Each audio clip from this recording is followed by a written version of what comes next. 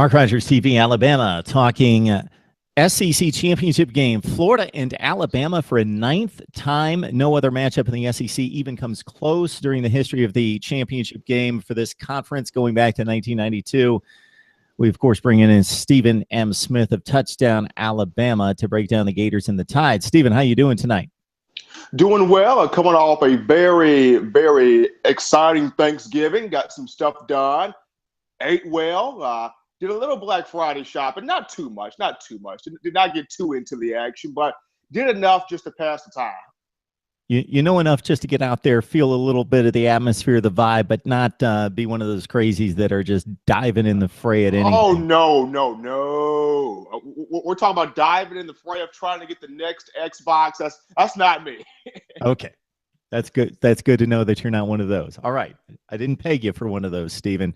I know that your excitement, your exuberance is directed in the right directions. All right, let's talk about the SEC championship game because, as I mentioned off the top, this is just a classic matchup. Maybe not this particular game as it sets up with Alabama as a 24-point favorite, but in regards to these two illustrious programs that played in the first three SEC championship games at the Georgia Dome. And from then on, it became a regular thing. They took a bit of a break until Saban and Urban Meyer got matched up two consecutive times that led to national championship situations for both teams. And then, obviously, the last 2 years. So your memory of some classic Florida-Alabama games of the past? Well, number one, Mark, got to go back to 2009 for just a minute. The 2008 and 2009 SEC championship games felt like Super Bowls almost. 2008, where you had Urban Meyer and Tim Tebow, Alabama felt like it deserved to win that game, and a horse collar penalty that I believe was on Dante Hightower kind of negated that from Alabama. But what a tremendous game Tim Tebow had that year.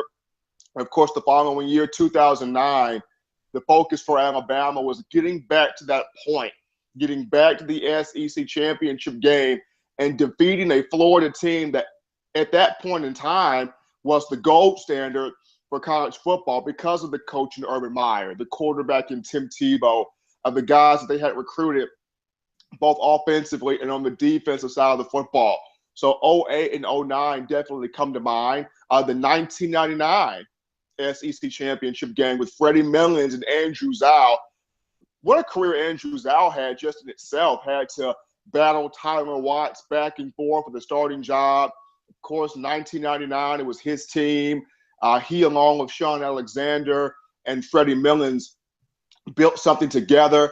I got that team to the SEC title game to win 34-7 that year. And, of course, the inaugural SEC championship game in 1992, the one in which everybody's going, Roy Kramer, if this messes up, it's on your head. You have to be the one to deal with it. And Antonio Langham becomes the hero, kind of saving college football and Roy Kramer with the interception off Shane Matthews for a touchdown late in that game, helping Alabama win 28-21. So just some memories off the cusp of my mind. 2009, 2008, 1999, and of course the inaugural 92 SEC title game. Yeah, saving college football and changing college football because then the Big 12 dived into the championship fray and added a championship game, and everyone else has since then.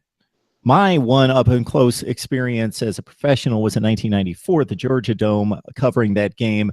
Jay Barker led an Alabama undefeated team against Florida, losing by 1 point, 24-23, and the Gators went on to play in the Sugar Bowl that year.